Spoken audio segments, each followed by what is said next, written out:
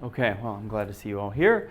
Anyway, yeah, I'll be talking about gyrokinetic simulations. We've been running astro-GK on sort of unprecedented scales to be able to say something about solar wind turbulence. Well, turbulence in general in kinetic plasmas, but unprecedentedly small scales.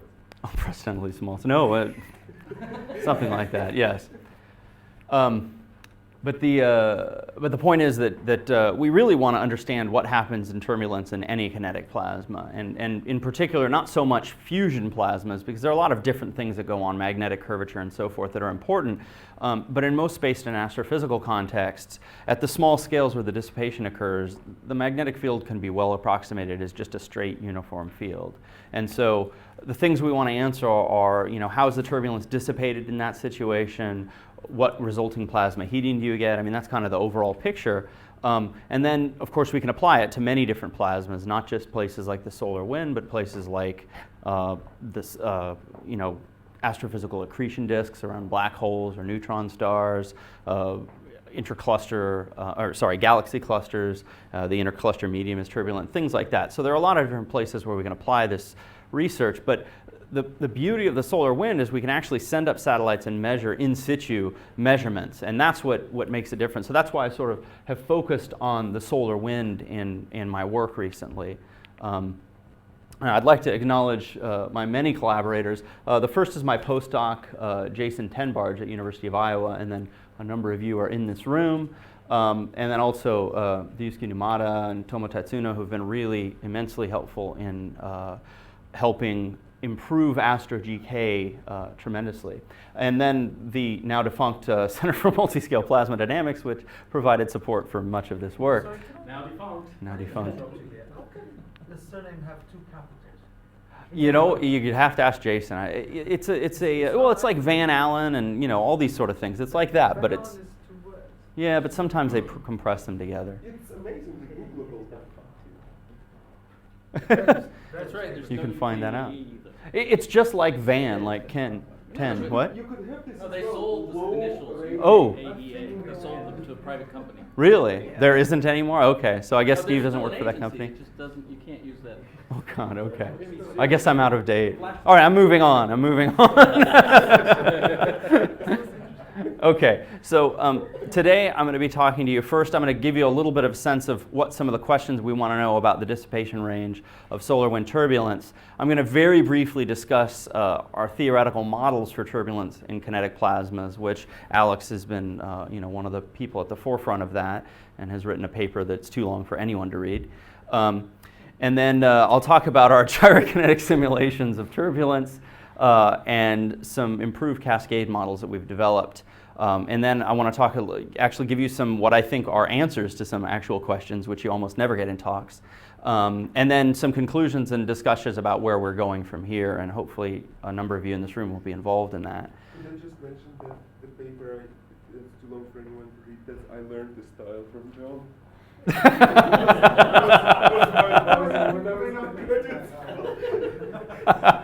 But 2015, when your book is going to be published, is now quite close. It's actually 2150. Like Mark Twain's biography. This keeps going.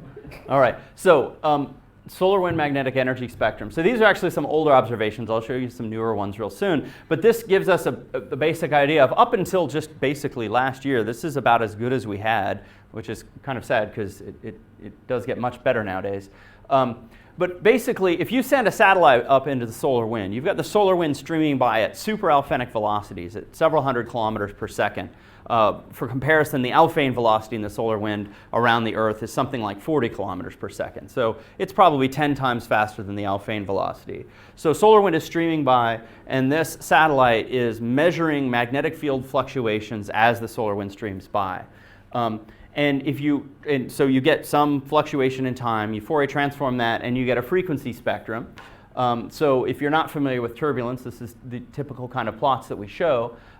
So what is typically seen is that at low frequencies, below a few tenths of a hertz of frequency, or a few tenths of a hertz in the satellite frame, so this is the frame of the satellite, as you go down, the slope of this is about -5/3, which is the Kolmogorov value. And so this is interpreted to be basically an MHD inertial range of alphane waves. And then there's a break at a few tenths of a hertz, and then it gets steeper. And the steepness of this slope varies from -2 to -4 depending on measurements. Although now there are a lot of measurements that seem to have something like -2.5 or -2.8.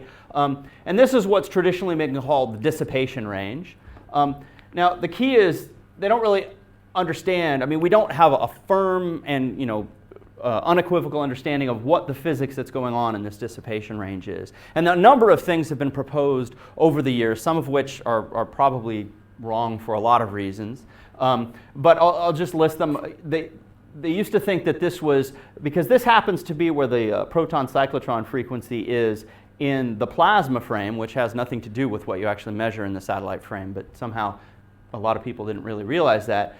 So they said, oh, this might be proton cyclotron damping, and that's why the spectrum gets steeper. Some people said, oh, it's Landau damping of kinetic alphane waves. Some people said, oh, it's just Whistler waves. They're dispersive, so the spectrum should steepen.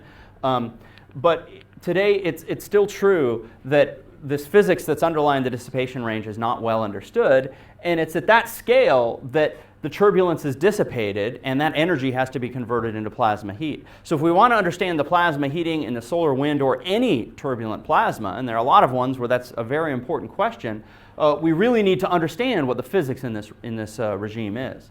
So now, here are some recent observations. That previous observation went up to about here.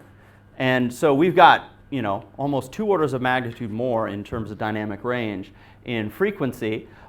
There are 3 different papers that came out last year that all gave very similar results. And what we see plotted here, the green, which is a bit hard to see, is the magnetic field energy spectrum comparable to what I just showed you before. And the black is the electric field energy spectrum. I'll talk a little bit more about that as we go forward. But the key is that the observations see that there's nearly power law behavior down all the way to sort of electron scale. So this dotted red line is the sort of Doppler shifted electron Larmor radius. So because the plasma is streaming by, if you have some structure at that scale, when you Doppler shift it because it's moving by the satellite, it'll give you a frequency at that frequency. So that's what that scale is. And we see that it's like a power law down to that scale. And we say, well, how do we interpret these observations then?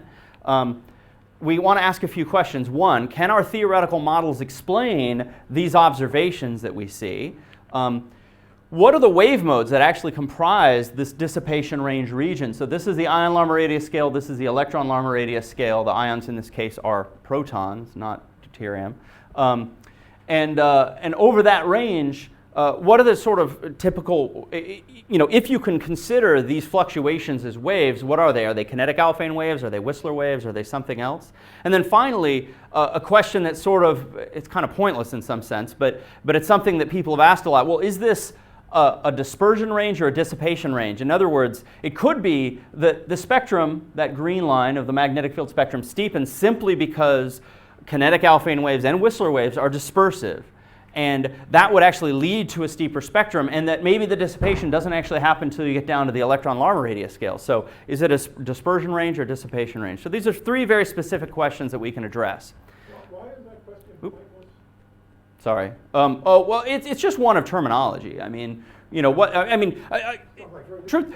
Yeah. Well, the underlying thing is physics, but it just the way it's arisen in the literature has been a little bit silly, I have to say. That's all. Yeah. Presumably, if it's, you mean the difference between there being an exponential component to the spectrum and a power law component. Yeah. No matter how dispersed it is, it's still a power. It's still a power law. If you assume something balance. But if Yeah. Well, that's what exactly gives you a steeper spectrum. Yeah. Right. People who measured this first didn't understand that you don't have to only have one inertial range. Yeah. So after it's steepened, they called it dissipation range, not because they knew what was going on there, but because they read, Kolmogorov theory or something. Yeah. Right? But there is a qualitative difference. You get it's a semantic difference at this stage. Yeah. Okay. Well, so part of answer to John's question about why is it sort of, I think is a kind of a silly question, only because the way it's been brought up, they've always almost seemed to say, well, it's either dispersion or it's dissipation. They don't consider the possibility that can be both. And that's what I kind of mean. So, but we'll talk about that a little bit more as we go forward. So first I want to talk a little bit about theoretical models of kinetic plasma turbulence. So to begin with, if you guys are not familiar with turbulence, and maybe a few of you aren't, although probably most of the people in this room are pretty familiar, is just a general picture of how we look at turbulence as a theorist. So typically we plot energy spectra, either frequency or wave number spectra. So this is a spectrum in wave number. Now, if you have a power law, because this is going to be on a log-log scale, although that's not necessarily apparent, then a power law will give you a nice straight line. And so people measure the slope of that line, that's the spectral index, and people argue a lot about whether MHD turbulence should have -5/3 or -3/2 and things like that. Again, it's a little bit beside the point to some degree, because it's really the physics that we want to understand. But the basic picture here is that you inject energy at some large scale, which of course corresponds to a low wave number. That energy then undergoes nonlinear interactions that transfers motions at one large scale down to smaller scales. Those motions break up into smaller scale motions and so on. And energy is transferred down further and further through what's called the inertial range until it reaches a scale where some physical mechanism can actually dissipate the turbulent energy and terminate the cascade. So, and the inertial range is essentially defined as a range of scales that's not affected by the driving or the dissipation. So it's just where the energy cascade rate is constant. Now, typically astrophysical turbulence, whether it's in the solar wind or the interstellar medium or a galaxy cluster or compact object accretion disk, they typically develop an inertial range in quite a large one. Usually it's many orders of magnitude. In the solar wind, it's about 4 orders of magnitude. In the interstellar medium, it's more like 9 or 10. So you can get a really large inertial range. So there's this long range of scales over which the physics is really controlling the energy flow. Now, if we want to understand this on a more quantitative basis, we can follow Kolmogorov. And everything I'm talking about here so far is just hydrodynamic thus far. So there's no plasma just yet. But the energy transfer, according to Kolmogorov's hypothesis, occurs locally in wave number, which means that the rate of energy transfer depends only on the conditions at that scale. So if you want to know, well, at this particular wave number k, how fast is energy flowing from here to smaller scales, that only depends on the conditions right at that scale. So it's local, and the other assumption that the energy cascade through that range is constant. So it's a constant flow of energy. If you make those assumptions, you can go through a little scaling argument, which I won't go through here, and you predict that the spectrum should scale as k to the -5/3, spectrum to the -5/3, and that's in fact well verified by measurements, experiments of hydrodynamic turbulence. Now, if we want to move on to understanding not only plasma turbulence, something simple like, well, it's not that simple, MHD turbulence, but something like MHD turbulence or more complicated turbulence in a kinetic plasma, there are a few things that we have to incorporate. And if I wanted to talk about this in detail, it could take the entire hour, and I don't want to do that. I'm just going to illustrate some of the main points that you need to include, and then give you sort of the final model that our collaboration with Steve Cowley, Alex, Bill, and others have worked up over the years. So the things you need to incorporate are the inherent anisotropy of MHD turbulence, which is quite well established both in theory, experiment, and observation. And then the sort of the new thing that you really have to incorporate in kinetic plasmas is the fact that at the smallest scales where the dissipation occurs, the plasma is weakly collisional. What this means is that as you get to the ion alarm radius scales, you can transition to dispersive wave modes like kinetic Alfvén waves. And so you need to be able to capture that physics in some kind of a model of kinetic turbulence. And the second thing is it's at these scales where wave particle interactions, collisionless damping via things like the Landau resonance can lead to dissipation of the turbulence. So we need to incorporate those things. Now, if I again plot up a big picture of those observations, and I just want to focus on this green trace, the magnetic field trace. Again, I want to emphasize the scales here. This is the electron alarm radius scale, this is the ion alarm radius scale. So what you see is you got one slope that's about -5/3, and then it steepens to sort of -2.5, -2.8, something like that, from the ion to the electron alarm radius scale. So those are the observations. So we would like a model that would capture this kind of this kind of behavior. So again, just to jump to the sort of the punchline for this turbulence model, what we have is a model of the kinetic turbulence cascade that goes all the way from the driving scales, which are much larger than the ion Larmor radius for most astrophysical plasmas. Now, the mean free path scale can sit somewhere in here. In the solar wind, it's actually above the driving scale, so the whole thing is weakly collisional.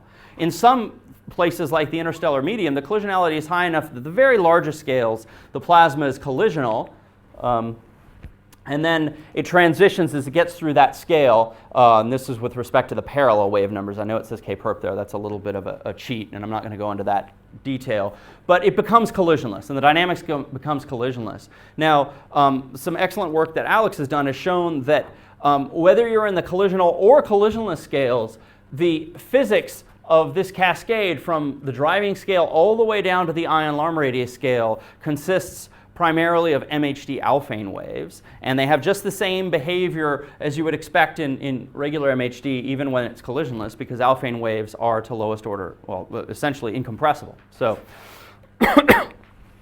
and then at the scale of the ion Larmor radius, this transitions to a cascade of kinetic alphane waves. And it's within this scale that you also get kinetic dissipation, excuse me, via wave-particle interactions, and that can give you plasma heating. And so if you want to understand the plasma heating, it's going to be governed by the kinetic plasma physics that occurs at those small scales. So that's the theoretical picture.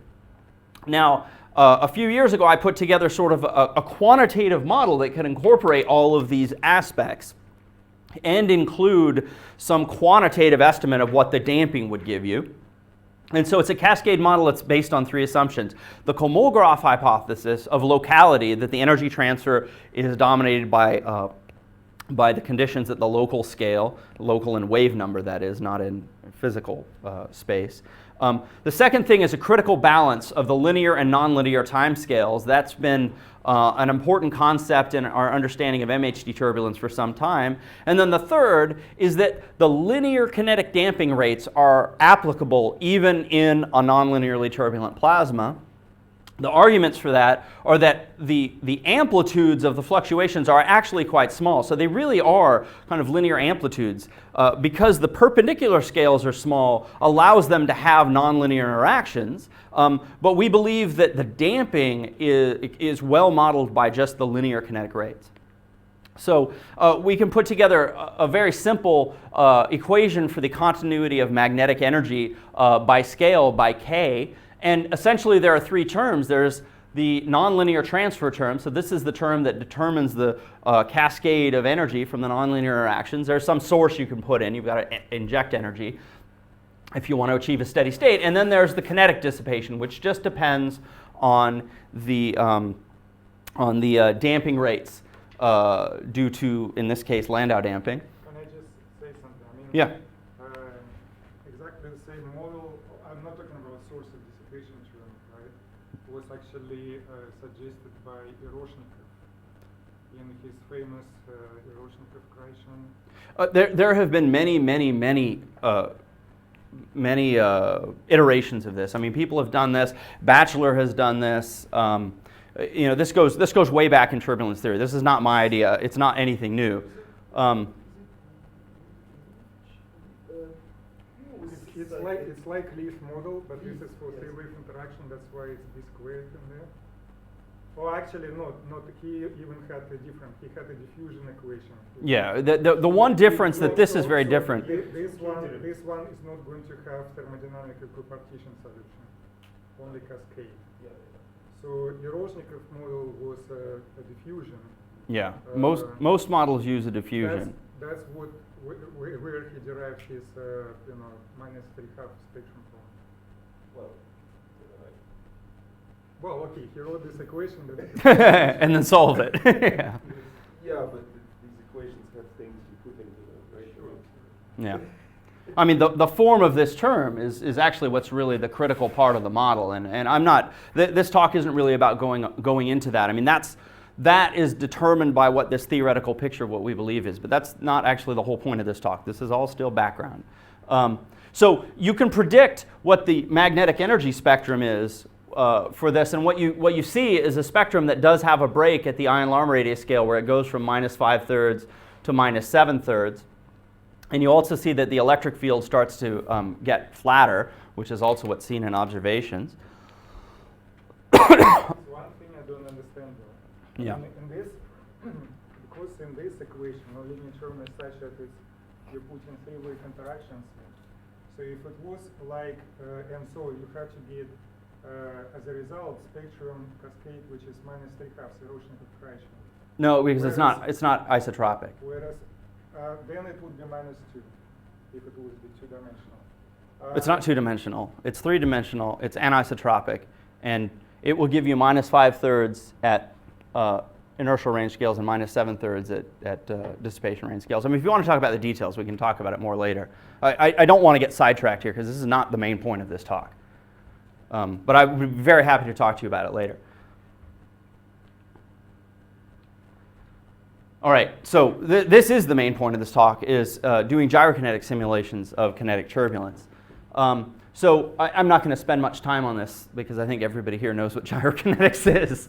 This is my standard slide. So of course it's kinetic theory averaged over the Larmor motion, applicable for low frequencies compared to the ion cyclotron frequency, and anisotropic fluctuations with k parallel much less than k perp. Captures the finite Larmor radius, Landau resonance, and collisions, but it excludes the fast wave and the cyclotron resonance. We can do simulations with AstroGK, which is just a child of GS2,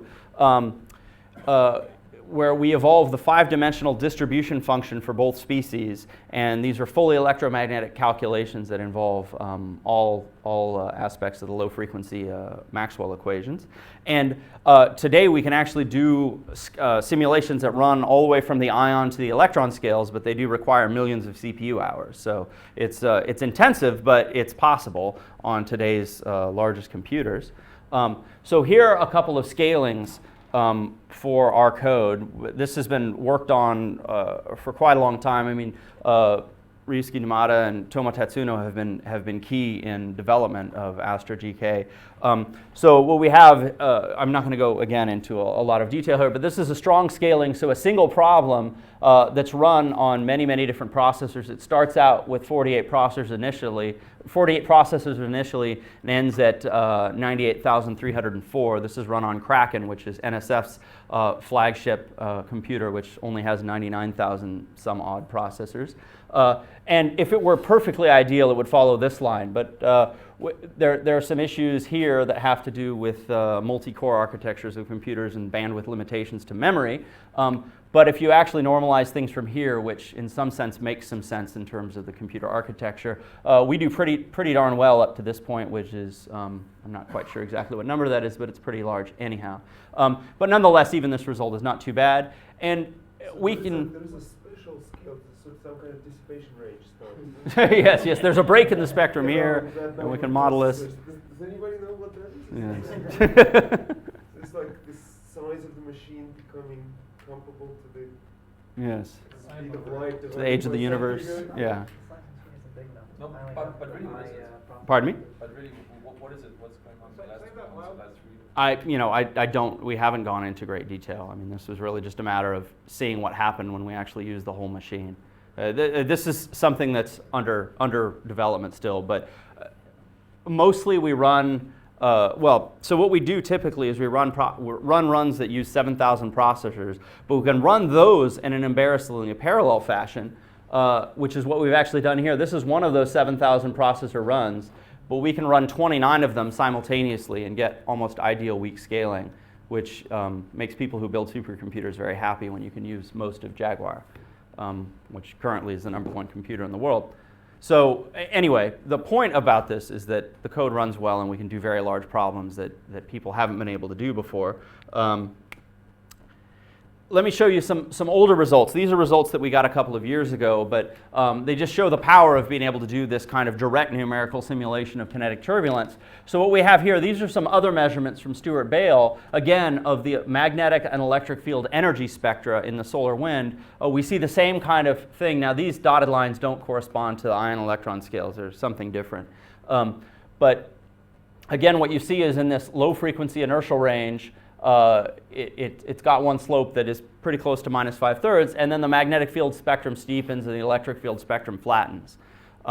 So we did simulations to try to understand this, because at the time these were the best measurements we had.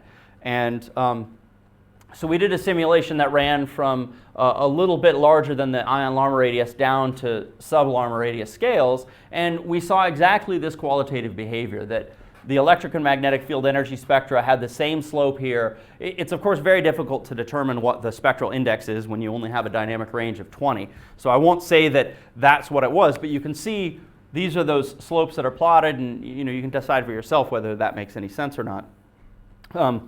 But the point is that what we do see is just what we see in the observations, that the magnetic energy spectrum steepens, electric energy spectrum flattens. Now, because we didn't go very far down to small scales, the damping via the Landau resonance, primarily electron Landau damping here, wasn't sufficient to get rid of all the energy that we were injecting into the turbulence at a larger scale. So we had to use some artificial numerical dissipation in order to remove the energy at the smallest scales and achieve an actual steady state in this simulation. So that's something that we've actually been able to get beyond, for at least in some simulations. So what would happen if you don't numerically dissipate the spectrum? The energy up here starts to flatten. You get a bottleneck, and energy starts to build up at the smallest scales, and then it ends up corrupting the whole thing. It kind of flattens out, basically. That dissipation is just in K-curve? Pardon me? Is the numerical dissipation just in K-curve? Well, the numerical dissipation is actually a collision operator. It's a hypercollisionality operator, so it actually manages to wipe out energy pretty effectively in K-perp, K-parallel. So it's in V, and explicitly it would look like the K-perp squared, but no K-parallel. Yeah. Sorry, can you say it again? But there is upward. Alex? It's a pitch angle scattering collision operator with a K-perp square term in it. And then it's turned up to K-perp to the 4. Yeah, that one, yeah. And So. No, that's only in the, where they. But it only, it really, if you look at the sort of where the dissipation occurs, it really is only important here. And this is actually the corner of the box. So those scales are not really well resolved anyway. So. There is a bit of upwinding though in that direction, right? The what? There is a bit of upwinding. There's just a bit of upwinding, yeah. So there is a bit Yeah. of dispersion. Yeah. This does not mean that not enough energy dissipation occurs in the region of K⁻². Right. I mean, eventually, I mean, this cascade should go much further down. We can't simulate that, or certainly at that time we couldn't simulate that full range of scales that we would need to completely dissipate it using, collisionless damping. No, but why did you say there is no enough? I mean, so in the introduction, so Yeah. you mentioned the region with K⁻⁷ is, say, regarded as a dissipation. Right. Well, I mean, that's a question. I mean, I'm going to get to that much more soon. There's a No, better it's not- simulation. They call it dissipation range in solar wind. But They we just are call not- it not- that. But There is we are actually- not much energy dissipation. Right. That's Yeah, right. exactly, but there's there not much should- energy there should dissipation not yet. be either. Yeah. It's just solar wind, nomenclature. They Yeah. call that dissipation Right, range right. for historical reasons. It's historical. So anyway, but the point is that these results were the first direct numerical simulation results that supported this theoretical picture that we had, that what the turbulence does is it transitions from Alfvén waves to kinetic Alfvén waves. And it supported the hypotheses that the turbulent frequencies do in fact remain low compared to the ion cyclotron frequency, so that gyrokinetics is able to capture all the relevant physics here.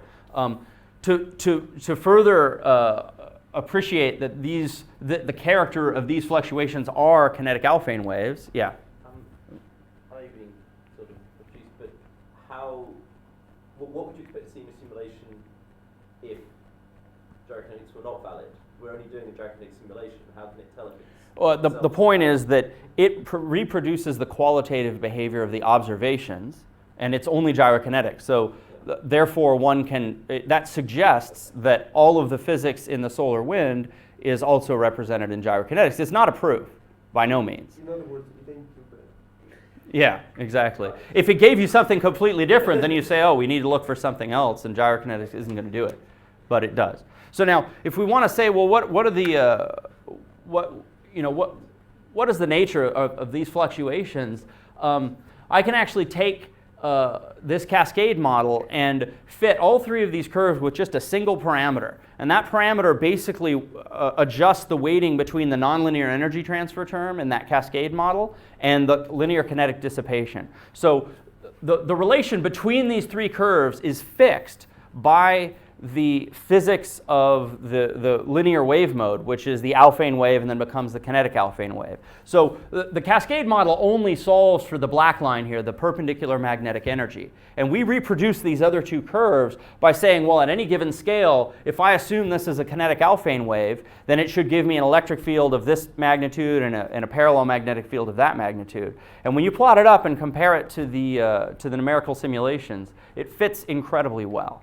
So that's, I think, strong evidence that, in fact, you can describe these small-scale modes as linear waves very well, which also hopefully suggests that the kinetic damping can be treated linearly as well. Now, the trick is that for this range of, or for this choice of parameters, beta of 1, temperature ratio of 1, the Landau damping in this range up to K perp rho I of about 8 is pretty weak. So there's not a lot of damping going on here, which is why we had to have, a hypercollisional damping to dissipate the energy that we're putting in. So we really need to run a more strongly damped case in order to better test these ideas. So that's where we've gone. Now, I just want to make a few points about what I'm going to show you next. First of all, so what we're really trying to do here is use gyrokinetics to perform direct numerical simulations of kinetic turbulence. Now, when we use these really large computers, we can actually do problems that are a significant enough size that we can really say some real things. So in particular, we can do three-dimensional turbulence calculations. A lot of other things, if you're trying to do things kinetically, you're usually restricted to 2 dimensions in space because you just don't have the computational resources. But we can actually do 3D. We don't have a huge dynamic range in space, but we can do 3D. And that's important because turbulent interactions are actually inherently 3D. Basically, the physics of an Alfvén wave traveling up a magnetic field and traveling down the magnetic field, they have to have wave vectors that are perpendicular to each other, have some component perpendicular to each other. So in other words, you not only have to have the direction parallel to the magnetic field, otherwise you don't have any Alfvén waves at all, but you also have to have both directions in the perpendicular plane. So it's got to be 3D if you want to describe kinetic turbulence correctly. The second thing is that we actually use a physical mass ratio, a proton to electron mass ratio when we do this.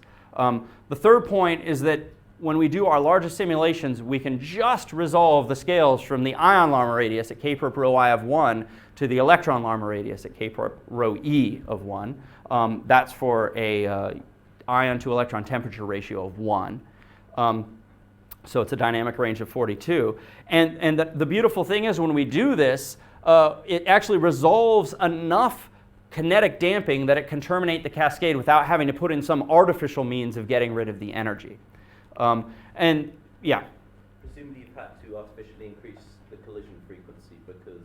Right, I mean that... The kinetic damping doesn't actually dissipate any energy. Well, exactly. Kinetic damping doesn't dissipate energy. It just moves it into the distribution function. If we want to resolve velocity space, we have to have enough collisions in our collision operator in order to keep that velocity space smooth and resolved.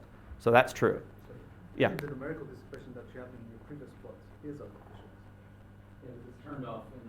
It's turned off here. The previous plots, this is what I'm about to show you, not yet. Okay. Yeah. That was then, this is now. Okay? So Greg, how many velocity space points do you typically use here? There are 512 Altogether? Per- Two directions? total, yes. Total. It's 32 by 16. Times 2? That is the times 2. So it's 16 times 16 times 2. Okay. Yes. So it's Using the nation's flagship. What nation? The nation. There's only one. the other nation. Yes. The nation. Don't you know what the nation is? Pretty good. Then does the stimulus go into this as well? Yes, that's it. Probably. Anyway, but the point is that with these properties, we can actually make direct comparisons to real observations. We don't have to then do our computer simulations and then try to scale things appropriately to say, well, what would it look like in an observation? We can actually directly compare, and that's actually quite important. So here is our sort of big result. So far, one simulation, although we have more underway, and I'll show you another preliminary plot of another in a moment. So again, now this is at beta 1 temperature ratio of 1. It goes from K/y of 1 to 42, which is almost exactly the electron Larmor radius. And what we see when we do this simulation is that the spectra actually look a bit like a power law. Now the question is, and something we're still working on right now, is be completely convincing that this is not bottlenecking.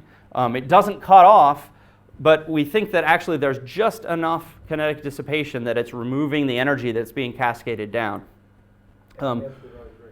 at just the right rate. And so it's not over the rate, so it doesn't give you a cutoff. But the important thing is, up to this point, up to the electron Larmor radius, this is the corner of our simulation box. So I really only believe things between those dotted lines. What we see is something that looks almost like a power law. Great, I'm sorry. Yeah. The only difference between this plot and the previous plot is that you now are doing a bigger simulation and you don't actually need the numerical dissipation. Yeah. No, the previous plot started at one scale. Yeah, the previous plot started at like 0.4. This one starts at 1 and goes to 42. The other one started at 0.4 and went to 8.4.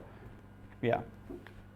So it's a different range of scales. But you did use collisions here, you said. Oh, there's collisions, but there's not With- artificial. With the K/squared operator? No. It's the model collision operator that's fully conservative that Michael and Alex and Ian have worked on. Well, it has a K-curve square. But the physical part. It doesn't have the K-curve before. It doesn't have the height. It does have the K squared.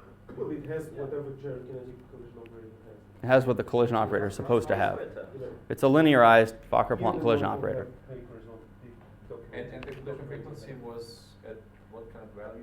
I don't know off the top of my head what the value is. It's much higher than the normal physical collisionality, which is much lower. It's enough that the velocity space structure remains resolved. But the belief is that as long as it's low enough, and it is much lower than the dynamic frequencies here, as long as it's low enough, it doesn't affect any of the dynamics. And all I'm showing here right now are the fields. So, if you want to talk about the distribution function and the energy in that, that's a different consideration that we can talk about more. So you remove bottleneck without hyperviscosity, what do you do? It's kinetic damping. The But velocity there space. doesn't have to be bottleneck. I mean, bottleneck is not an inevitable thing, right? Yeah. I mean, all it is We you're. don't know that electron MHD or gyrokinetics actually have bottleneck. Solar wind certainly doesn't seem to have a bottleneck. Yeah. Is it? Well, I mean, there's the bottleneck in fluid turbulence, which is actually real, I think, but that has to do with real physics. But there's the bottleneck I'm talking about is numerical, is that you don't have enough dissipation to reach a steady state. Yeah, you could have bottleneck if you had a real Yeah. system. Oh, you could. I mean, obviously there's both kinds. Yeah. Talking about the numerical. Right. I'm talking about the numerical one. And we don't get a bottleneck. I mean, we run this and the spectra stay about where they are. They rise up, they hit that point, and then just kind of. In a way, the one reason why the bottleneck might not be such a big problem here is that, this is a bigger phase space, right? So the energy does have places to flow to. Of course, one has to worry about whether it flows in the direction in which it would flow with an even bigger phase space. With another fluid. Right. But it's not, what you see here is not all of the phase space. Because there's invisibly present velocity space. But how do you know this is not a bottleneck? So Well, what's you the run at a value- few what's the different, you comparing? turn up collisionality and you see whether you still have the same spectrum. Yeah. No, you turn down collisionality and increase the velocity space relative You do that as well. Yes. If you turn up collisionality, you kill The forcing scale is K/y of 1. Pardon me? The forcing scale. Yeah. It doesn't matter which scale you force. Well, I mean, you have to adjust the amplitude of your forcing to sort of be in what we think is critical balance. But we can, I mean, the nice thing about gyrokinetics is that, especially, well, it took us a long time. It took us 2 years to come up with like something that could accomplish artificial dissipation without totally destroying the thermodynamic properties of the simulation. And once we'd figured that out, we were able then to do steady state simulations where we can drive it at any scale and then we can dissipate it. Although I don't think this hypercollisional thing works at scales above the ion-Larmor radius. So the smallest scale I can resolve is probably the ion-Larmor radius.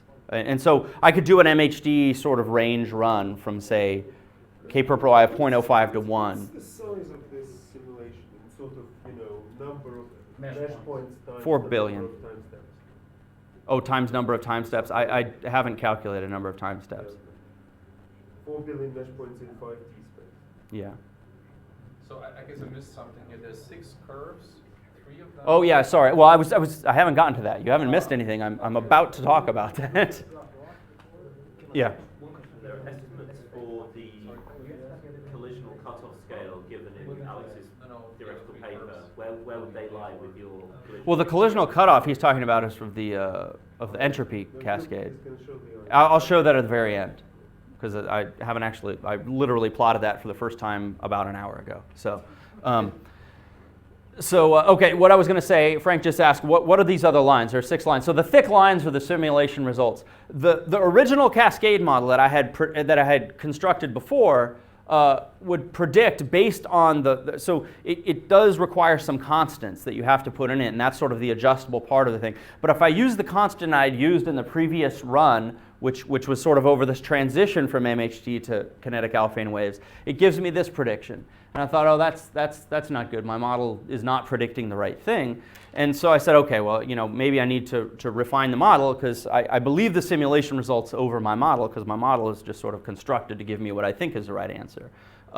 So that was sort of a motivation to move ahead and refine the model, which I'm going to talk about in a moment. But the key finding here, and this is the important point, is that this kinetic Alfvén wave cascade actually can reach the electron scales. That was something that a lot of people, there are a lot of people that believe that this dissipation range that's observed in the solar wind is really Whistler waves, because Whistlers aren't strongly damped at these sort of scales. And they said, no, the kinetic Alfvén waves have to be more strongly damped by kinetic damping. They would never get as far as we can observe. But this goes back to what Barrett was saying, about whether or not we believe this transition from a kinetic Alfvén wave to a Whistler is dissipation. Right. So that's a. I'm still fuzzy on that special Whistler. Right. No, I'd be interested in But thinking this is, more I about think, that. a key question. Well, it's a very important question within a very small community of people. Yes, But it's a very important question to about 20 people. But it is a very important question.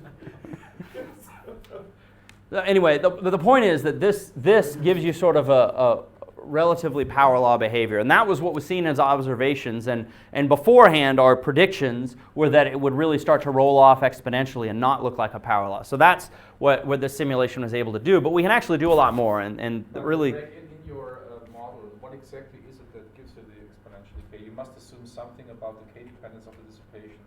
Well, it's Landau damping. Yes. It's linear Landau damping. It's going to increase with increasing K. Yes. Yeah, he put in an analytical formula that's correct for the. Yeah. It's whatever it is in Gyrokinetic. Yeah, it's a linear dispersion relation calculation of the dissipation. So Yeah. it should be the right thing. It should be the right thing as far as we know. Yeah, Okay. exactly. So, But there's an important point here, right? This is assuming that linear Landau damping acts simply as linear dissipation on a non-linear cascade, yeah. which is actually something that nobody really. Yeah, Nobody it's- really knows how Landau damping acts on that non-linear cascade. Right? Yeah. Whether it's I mean, a given fluctuation doesn't live for more than about one period. So the question is, does linear Landau damping act effectively enough in that short period of time to damp the cascade, just like it would in a normal plasma? So do you have any spectra of energy versus K parallel? No, I don't have That that. question, right? Because Well, we definitely want to do that. That's another thing that we're hoping to do. I mean, the simulation, it's just sort of reached steady state, and you know, that I can believe is a steady state at this point. So now it's time to start really doing a lot of analysis. Anyway, so the point is you can compare these things. Now, unfortunately, these people who wrote this paper chose a different color scheme. So the green and the black are switched. And, but you know... You have the power over the left hand. Well, I do, but this is... Anyway, you know, you're right, I do. But... Stuart Bale had electric field green. Exactly. I think they just did it just to be... Yeah, anyway. The point is that our simulation runs between these two red lines. Although, you know, here... Their temperature ratio is different, so it's actually not a range of 42. But if you look qualitatively, I mean, the qualitative behavior of the magnetic field, electric field spectra are very similar there. Now, yeah. Is at the frequency of the electron lambda radius in the experimental plot, Yeah. you see, or you're encouraged to see a frequency break exactly at the electron gyro radius, but it's clear that at the ion gyro radius it's offset. Are we meant to? Is there some special scale, or is that just the fact that you know that's order unity? That's a good question, and I don't think that that's really well understood at this moment. Okay. Yeah. And you know, one would need to do a lot more studies. I mean, this is one measurement. You know, one would need a lot more to really determine whether that's the case all the time. Well, you do in the solar wind. Yeah. It's true that in the solar wind, the transition happens at scales over a few lambda radii. Yeah. And then you expect a priori that the transition will have some width. Right? Well, I think Greg's previous simulation showed, that amazingly, the width wasn't actually very large. Wasn't huge, yeah. It's a really precise point where the electric field and the magnetic field give up Yeah. and go their separate ways. Again, I just... Where the two spectra intersect. Well, I mean, but it doesn't, I mean, okay. Yeah, look, but let's... that's a good question. That's a good question, but this is one date. This is one observation, and I think to really answer that question requires a lot more. One point, I can't really make more than a qualitative comparison between these two because the plasma parameters are a little bit different there, and so the prediction would be that would change the behavior a little bit. So I can't do more than that. But the point is, they both sort of show a power law kind of behavior, and these Cascade models had predicted that this thing should cut off more. And so this says, well, we should refine the Cascade model. So just last few minutes here. This is where we're getting into the slightly more controversial thing. So can you go back one?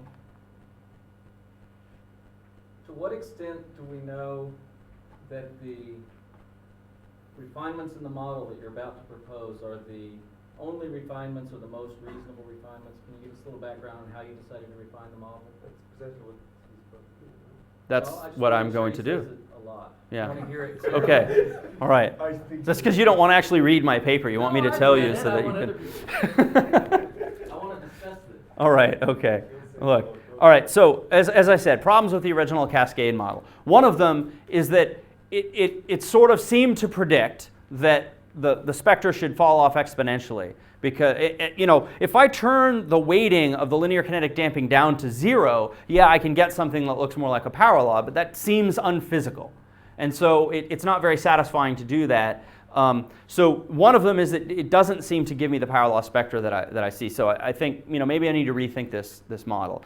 The second thing is an assumption that went into that first model, okay? And it assumes that you're always in critical balance at all scales. Now, if you think about this physically, if the turbulence is starting to be dissipated by linear kinetic damping, okay, what it means is that the amplitude of the fluctuations is starting to decrease. So what that should mean is that you fall out of a state of strong turbulence in which you have critical balance, and you actually transition back into weak turbulence. And so you want to actually sort of, you know, try to model that. And something that sort of predicts that should have been a problem, and I actually wrote this in the first paper, was that if I set the damping artificially to 0, what I'm showing here is the parallel cascade. The parallel wave number is a function of k perp. Okay. Now in the MHD inertial range, it goes like k perp to the 2/3, and then if you just do it undamped, it flattens a little bit to K perp to the 1/3. Okay, that's the prediction of critical balance. If there's no damping. Now, if you allow damping to occur and you put in what we think is the right amount of damping, of course, eventually that thing is going to cut off and everything will diminish. Now, this curve drops off and starts to go down. The reason for that is because I'm saying critical balance is applied everywhere. And sorry, I didn't write down what critical balance was. So critical balance is essentially K parallel V alphane goes like K perp V perp. And you can write it in other things. Well, okay, if you want to do it in that. No. Okay, yeah, so this is the, huh? Oh yeah, sorry. Hold on here. Yeah, if you want to do it in the kinetic alphane wave regime. But the point is that if you decrease the amplitude of the fluctuation, then that essentially would tell you that K perp has to start going down. And so by enforcing that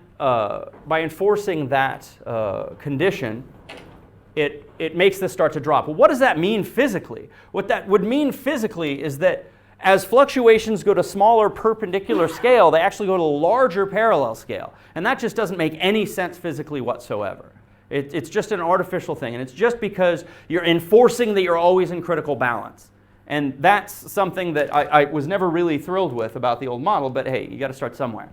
So what do we do to solve this? So this was the original Cascade model. As I said, it depended on three things: Kolmogorov hypothesis, critical balance, and the applicability of linear kinetic damping rates. So the first thing we want to do is drop this assumption of critical balance. So what we need to do is then explicitly model the transition between weak and strong turbulence, and conversely from strong to weak turbulence as the turbulence starts to dissipate. So, and I'm not going to go into all of the details of the model because it's way too much detail to go into. I just want to give you the broad ideas of it. The second thing, though, was that, look, when the turbulence starts to be dissipated in that small scale range, you still have a lot of you still have the fluctuations at larger scales. And those can actually act to start to dominate the energy cascade rate at the very smallest scales. It's very similar to the high Prandtl number dynamo, where in the subviscous range between the viscosity and the resistivity, you can have magnetic energy that exists there, but no actual turbulent fluctuations. But the fluctuations at much larger scales are able to transport magnetic energy to smaller scales. So the idea was to drop this locality hypothesis and actually account for the effect of non-local fluctuations on the cascade.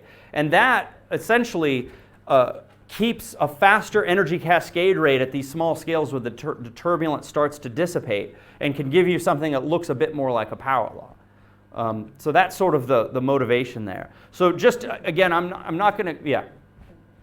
That's some sort of a shearing effect? Yeah, it's you could think of it as this, is that locally, so if you're in the inertial range and there's no dissipation going on, in fact, I'll just show you the plot. Hold on here.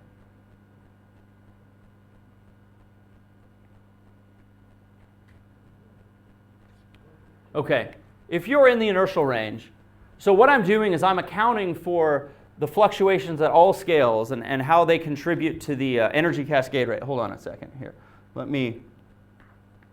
Sorry, this is the model, but I'm not going to go into the details. But the point is that I wasn't going to cover this, but the point is the energy cascade rate looks like this. This is the energy at the local scale, and there's some nonlinear transfer frequency. Okay, how do I determine what that nonlinear transfer frequency? Normally, that's just this, and ignore this stuff here, but it's just K perp times the fluctuation value. That's K perp V perp. That's essentially what it is. Forget about that other stuff. It's important, but that just handles the transition to kinetic alphane waves. But normally that's all it is, and that's all you use. What I do is I say, well, look, I'm going to integrate over all the fluctuations in the cascade. These things are just Heaviside step function. So I just integrate this, and what is this essentially? K perp times V perp is basically the shearing due to a motion at a given scale. And so all of the different scales are causing the shear motion at every other scale, really. But in the inertial range, now I can go to this next plot. Can you, hold on. I mean, Yeah. could you please explain why does it have the first line structure like that? I mean, what is conserved? The integral Up here? squared- This? Yeah, so I what think is Sergey conserved? doesn't like K-perp being outside d by d K-perp. Well, yeah, I mean, Well, this could just be d log k perp, but yeah, but I mean, what is conserved? I mean, your energy that is conserved is what? B squared integrated. this is, so you've got energy you're putting in. This is cascade to smaller, I mean, this is a continuity equation. So The form, like Alex said, the form of the nonlinear energy transfer term. this thing here, Decay. This. yeah. Yeah, it's not a diffusion term, it's an advection No, term. no, he's wanting d by dk to be outside K-perp, so that if you actually increase it over K, this would be zero. This would not produce energy, right? Is that Right. So the way it's written doesn't seem to be conservative. It has to be in a flux form, right? It has to be d by dk of stuff. I think you can write it like that. Right now it's, It's probably k perp to power minus 1. That would be better. That would. Because you want to multiply by K-perp, right? And If you're it is 2D, the fix of the 2D, right? well, why is this 2D? It's not 2D. no, no. But I mean, no, it's no, 1D essentially. What do you do to get total energy? I mean, how do you integrate that equation? I don't integrate the equation. I mean, I'm integrating it in time, and I mean, this If just, you wanted to. yeah. If you wanted to account for the total energy, you would, if it were just the energy density. Oh, you yeah. multiply by k and sum over k. Yeah, I mean, integrate. The total energy is going to be the integral of dk perp times bk perp squared. No, times K-perp. Oh, I don't think that's actually true, because this is a 1D model. Yeah, but Okay, that's... well, anyway. This is not 2D. You've already integrated over all the angles. So bk, hold on a second. What is bk squared? Is that energy or is that the Fourier element? Is that Fourier transform of b squared? So the spectrum, if you plot when you get a spectrum of say 7 minus 7/3, Yeah. Is bk squared equals to k No, minus 7/3? bk squared Is that times k? over k perp is going to go like k perp to the minus 7/3. Over k perp. Yeah. Over k perp. Oh yeah, actually, so I think I do. Yeah, that's right. I have to have a k perp there. There. That is. Oh, so that's why there's a k perp in front. Okay, that answers your question. So definition of b squared is actually. B squared is not actually a square of any quantity. It's just a thing, and bk squared. So he's doing it in log space, right? So sum over integral over Yeah. Integral over log k has to be conserved. Yeah. So that equation divided by k perp and integrated should give you conservation. That answers the question. I think. Okay. Yes. All right. So. All right, that's fine. Briefly, the point is that if you're in the inertial range, here we are in the MHD inertial range, if I take the integrand of that integral for the nonlinear frequency, the contributions look like this, which means that, and this is the local scale that I'm choosing right there where that solid line is. So all of these, and normally you would just take that value right there as your nonlinear frequency. What I'm doing is I'm integrating and I'm determining the nonlinear frequency that way. So in this case, it's still dominated by the local scales. So the large scales don't contribute much, the small scales don't contribute much. Same thing actually happens in the inertial range of the kinetic Alfvén wave. But when you get down to the case where things start to dissipate, you take that scale, because the spectrum is dissipating, these scales don't contribute a lot, and the large scales dominate. And that's the basic idea behind doing the nonlocal. And that extends to the scale. And that helps to the energy transfer to keep going, so the cascade looks more like a power law than like an exponential cutoff. And it makes perfect sense, because Kolmogor's hypothesis is for the inertial range, in the absence of the effects of dissipation and driving. If you're considering dissipation, and we are, then you certainly will have to consider non-local effects. I mean, in some sense, it's inevitable. Anyway, let me get back to... And where is that scale roughly? Where you change from stroke to WDKT? Well, it depends on how strong the damping is and everything else. It No, changes. but in your simulation, where is it? Oh, I don't have that plot here, but you can look at it. Even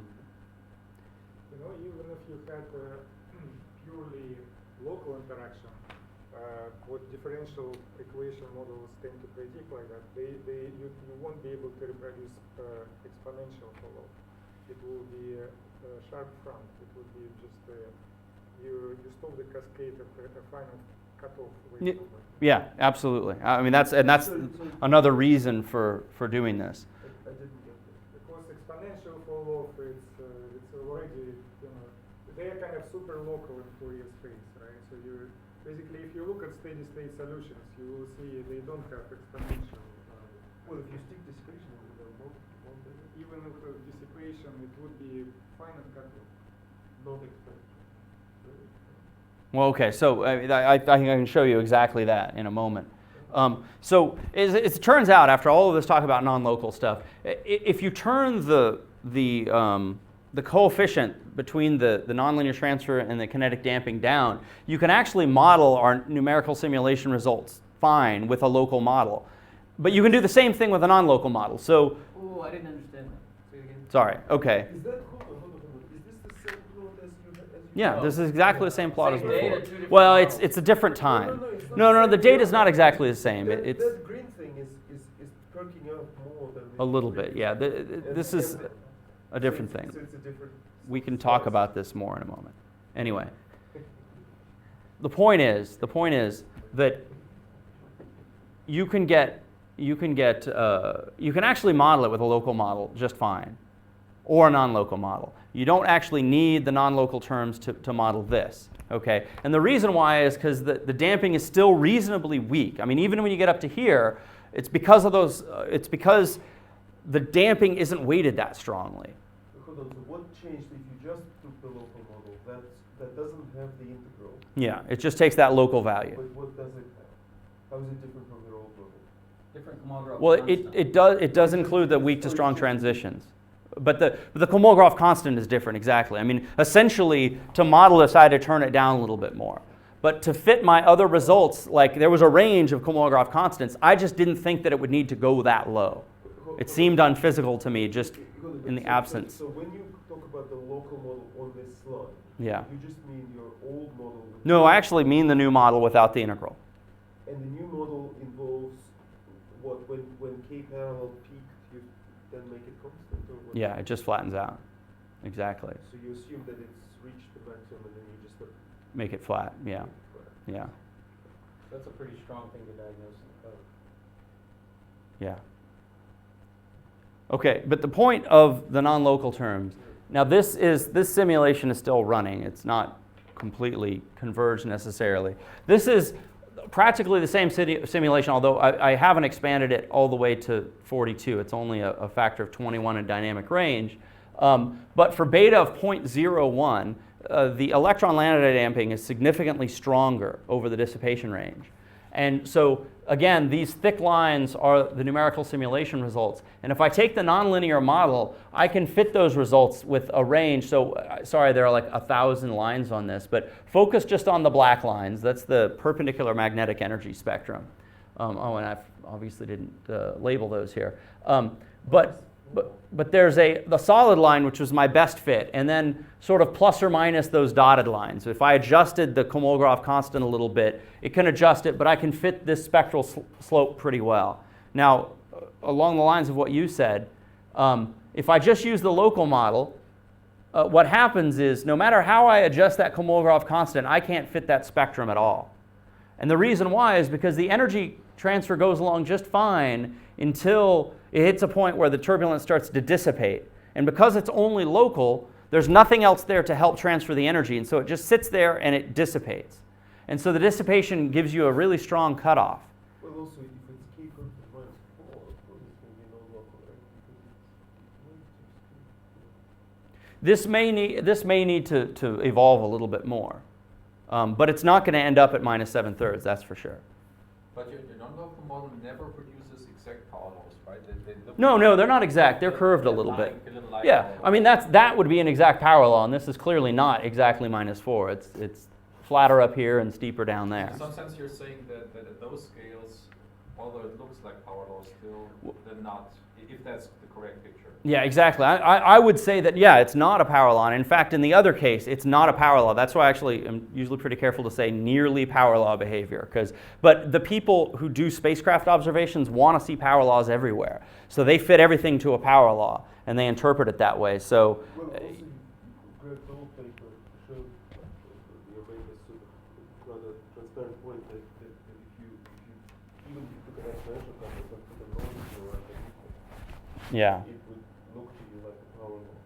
But is your non-local model, I mean, is that robust enough in some sense that you can fill with parameters within wide ranges and always get the same type of behavior? Well, this is exactly what I want to do. I mean, that's exactly where we want to go, is have a number of simulations at different betas with different strength of damping and see if we can always fit it with a non-local model. And there's only one constant in this thing, essentially. Well, there are two, but one of them I never adjust. But do you need to fine-tune this one parameter to get that?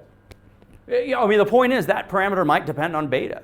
So if I change beta in my simulation, that parameter might have to change.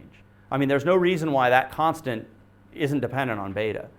So, the hope would be that it really does just depend on beta, and once you do a series of simulations, you can determine what the constant is as a function of beta, and then you should have predictive power. You can use that model to determine what any spectrum is at any beta. All right, but if you change your parameter by a factor of 2 or something, then it would deviate substantially. No. It doesn't change that much, I don't think. But I haven't changed the parameters by a factor of 2. I changed it by a factor of 100. So, but I'll say I don't think so. I haven't done it, but I don't anticipate that it would change that much. Could you remind, non-local interaction is dominated by interaction with what scale?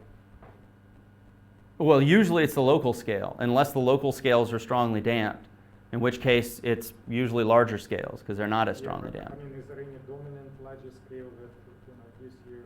No. I mean, it's not non-local like there's some scale far, far away that's doing all the work. It's only that you're accounting for the effect of other scales, and it's usually dominated locally. But when those local fluctuations are dissipated, then the non-local ones can start to have an important effect.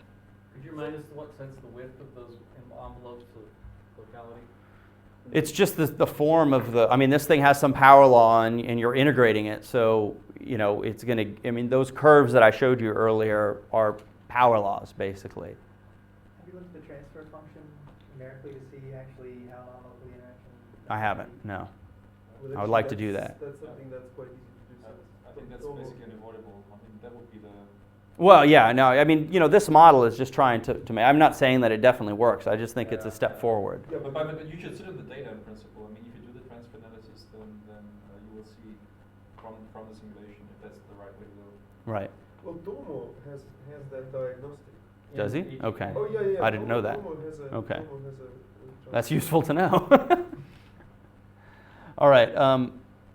So one of the other things we can do with this, I'm going to wrap up because I'm already well over time, but briefly is that we can look at the energy cascade rate. So this is the prediction of that model. So if you believe that because the model can fit the simulation that it's describing the physics correctly, that's a big if, I admit. Then you say, well, what's going on here? Well, what we can do is we can say, well, what is the ion and electron heating by scale? So this is a cumulative ion and electron heating. So what I've got here in this plot is the energy cascade rate is this line, and it's flat throughout the inertial range up to k per pi of 1, and then it starts to drop off.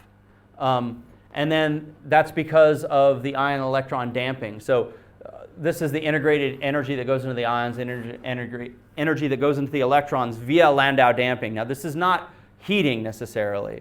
This is just damping of the electromagnetic fluctuations. The heating has to be collisional, and I'm not considering that right here. And then these are just the rates as a function of scale, and this PI actually is also weighted by the spectrum. So it's the amount of energy that goes into it. So what you can see is that, in fact, the energy cascade rate starts to drop off right at about k purple I of 1. I mean, it doesn't cut off, but it's dropping off. So dissipation is playing a role there. And clearly the electron damping starts to play a role even as far as k purple I of 1. So I would say that this really should be called a dissipation range because dissipation is occurring. The fact that the energy cascade rate is rolling over is also partly due to your weakening because of going to weak turbulence. No, but the weak turbulence thing doesn't happen until about here. I see. Yeah. Really? Yeah. So virtually everything ends up in the electrons. Yeah, well, that's what this predicts, and whether that's what the simulations show we can see. And this could depend on the temperature ratio and beta. In principle, absolutely. Much more strongly on beta than on temperature ratio. This is the opposite of what all these guys wanted, right? These That's guys. what you wanted for black holes. No, that's what you wanted for. That's No, the you wanted to opposite. prove that they don't work. So, Black holes don't work. Yeah. yes, they do no work. So anyway, the point is we can compare to heating from the simulations in the future. We have not done that yet, but that's a job for the future. Bright holes. This is just, this is what the Cascade model would give for the entire cascade, from weak turbulence through transition to strong turbulence, to strong kinetic alpha wave turbulence, to what I call weak dissipating kinetic alpha wave turbulence, which is horrible, I know. But anyway, the point is that it will predict what the parallel cascade should look like, as well as this is chi as the nonlinearity parameter, basically how strong the nonlinear interactions are. Yeah. Just a point about the difference between, on the sort of interpretive points that Bill and Alex were making, about perhaps the difference between heating and damping may be important here, because depending on where the cutoff for the ion entropy cascade is, if that is smaller than the electron Larmor radius, then I realised that you can get a situation where at sub-electron scales you still have an ion entropy cascade, and that can in principle still talk to the electron entropy cascade. So the energy that you're damping onto the electrons there is actually just going into electron entropy cascade, which could, there is no reason to believe that it could not. I'm not suggesting that it does. It could go back into the ions. You were going to show us. Well, I'll show you some potential preliminary things. Anyway, let me finish up here. You don't need to hear the answers to the questions. We've spent long enough here. Most of it was in there anyway. Okay. All right. So, questions. Can theoretical models explain the observations? I think it seems to be pretty good. Kinetic cascade of alphane waves seem to reproduce the behavior. There may be non-local effects. It looks like it supports our model of kinetic turbulence. If numerics agree with the theory, both are wrong. Sorry, what? If numeric. Numerics agree with the theory, both are wrong. No, of course theoretical models can explain observations. That's Yes. been known since Francis Bacon. I mean, Yeah. This is not my work, but I had put this up for another talk, actually, but it was just whether these things are kinetic alphane waves or Whistlers. And if you actually look at the eigenfunction of both of those and transform it to the satellite frame and say, well, what would you see when you take the electric field over the magnetic field ratio in your measurements? The actual observational measurements fall on this line, and this little line of crosses is the kinetic alphane wave result. And these are all different Whistler waves at different angles. Have they published it? No, I don't know why he just, I keep beating him with a stick and he just won't publish it. Publish this book. It drives me nuts, but I had to harangue to get this out of him. I mean, this is Exactly, it's good. Anyway, but the point is, this answer seems to be kinetic alphane waves. And then finally, is this dissipation or dispersion range? I already went into that. Because things are dropping off there, I think it's dissipation range. And I mean, there's dispersion going on as well, but I think that you can't neglect dissipation if you want to model it correctly. So, I mean, you can't neglect the dispersive properties either. So anyway, the point is, we have a model of the kinetic cascade, and we can do first principle simulations. We can do 3D calculations with a physical mass ratio that allow us to do direct comparisons with observations. And it shows that a kinetic alphane wave cascade can reach the electron Larmor radius scale. We can simulate a wide range of parameters to be able to test our model more thoroughly, and it seems to indicate that we need to account for non-local effects on the cascade. But I think we've really just scratched the surface of questions that we can answer with these simulations. I mean, what I've really been focusing on is running the simulations over the last year because they're incredibly expensive and take a long time. Now it's a large amount of things that we can do. So, Alex? So this is a plot that I plotted this morning, about an hour before the talk, of this is the electron, the B perp energy, this is the electric field energy, this is the entropy cascade. Cool. So are you happy with that? I am ecstatic. Okay, good. And Now the caveat here is that I actually think this thing hasn't quite reached steady state, this entropy part. Pardon me? Is there a bottleneck? The electric field is going up. You know what? I think that's actually not a bottleneck. I think it's something else, and it's a. I think what happens is that when you get to the scales where everything dissipates completely, that the waves don't actually look like linear waves anymore. And so I think what this means is it's becoming more electrostatic at that point than electromagnetic. But I could be completely wrong about that. That's just gross So speculation at this hasn't point. But this simulation is sort of running, right? This is like. Oh, it's continually running. It'll probably be running for the next 3 years, truthfully, but it's running. But it seems to be the electromagnetic fields don't seem to be changing, but what does seem to still be changing a little bit is the ion entropy cascade.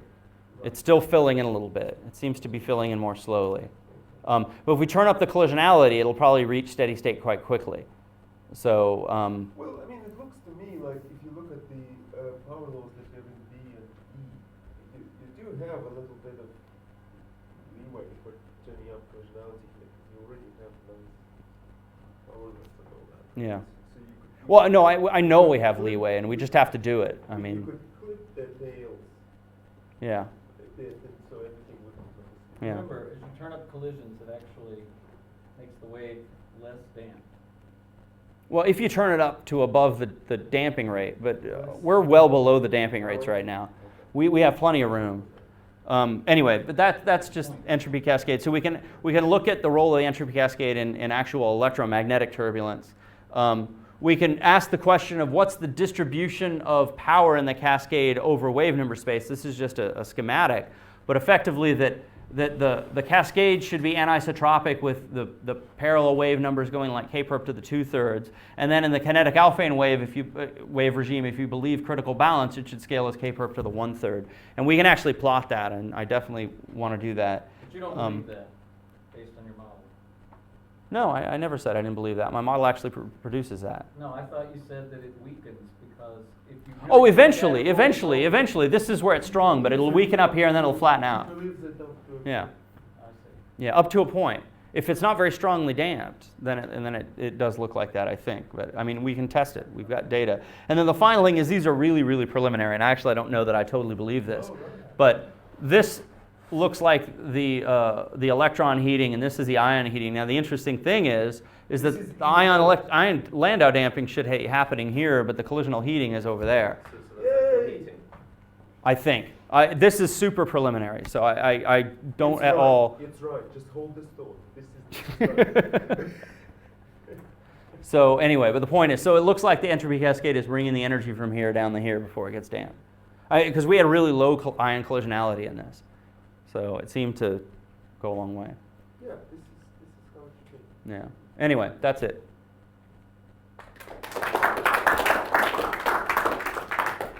Yeah.